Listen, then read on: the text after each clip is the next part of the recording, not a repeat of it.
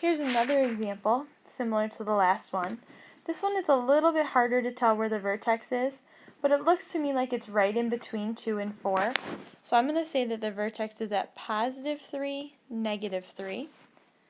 When I write the equation for this guy then, it's going to be, start with at least, x minus 3 squared minus 3.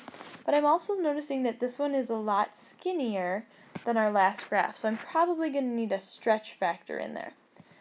I'm still going just down 1, but because the graph is counting by 2's, it actually is normal, because I'm going down 2 over 2, which is a normal stretch factor.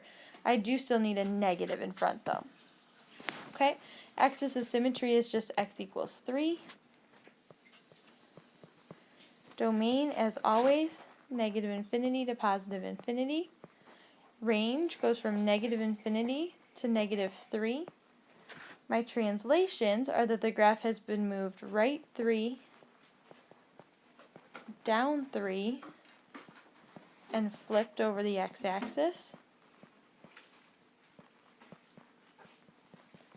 And then my x-intercepts, this time I don't have any x-intercepts. This graph is never going to turn around and cross this x-axis anywhere. So it's okay to say none for the x-intercepts. The last part for today is again more review, just graphing equations. Given the equation, graph it. So number 1 here is in vertex form. The vertex is very easy to find. You get opposite and then the same, 3, 2.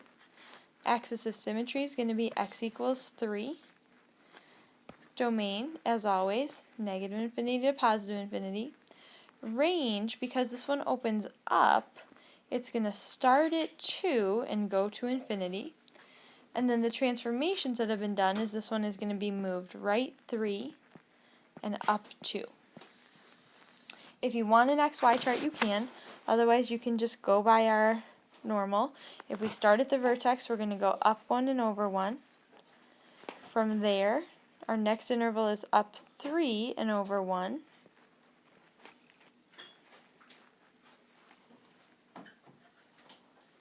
And then we would go up 5, but we run out of room on our grid.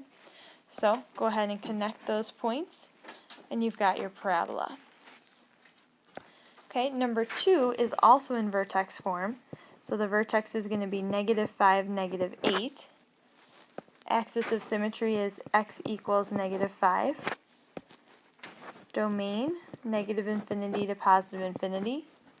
Range, since this one opens down, it's going to start at negative infinity and go until we get to negative 8.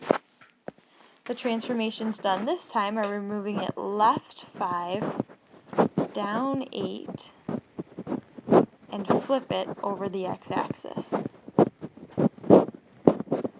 Again, if you want to do an XY chart for this one, you could. Otherwise, you can just use your normal 1, 3, 5 sequence. So I'm going to start at my vertex, negative 5, negative 8. And I really don't have too much room here to do too many points. So I'm just going to go down 1, over 1. And that's all I have room for, so connect it. And there's your parabola. Alright, so the big one today that was new was graphing the quadratic inequalities. Graph the boundary parabola, pick a test point, and graph it. The other new thing for today was if I give you the table, can you find where the x-intercepts are and where the vertex is, as well as the y-intercept. Sometimes it'll be an easy one, like the first one where you're looking for the zeros in the y chart.